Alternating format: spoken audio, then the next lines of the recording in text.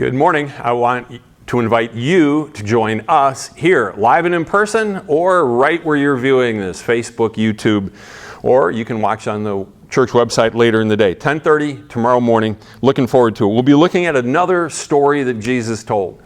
Had to do something with humility. Yeah. Did you know that I've written a book? I had it published. Yeah. I don't mean to brag, but it's called Humility and How I Achieved It.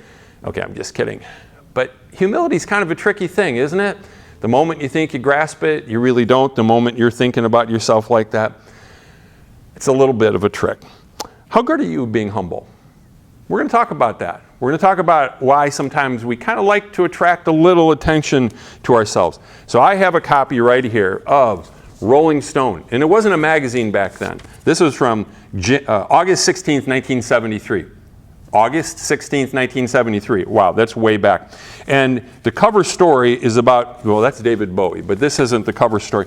It's about a rock star that was at his prime, and he had recorded his magnum opus. It hadn't been released yet, but we'll talk about that. But after it was released, it was probably by far his greatest album. But that's kind of the point I want to get across, is it was his greatest album. And after that, there was nothing quite as good. And I think you'll be very intrigued to hear some of the things that he says in Rolling Stone right before the album is released.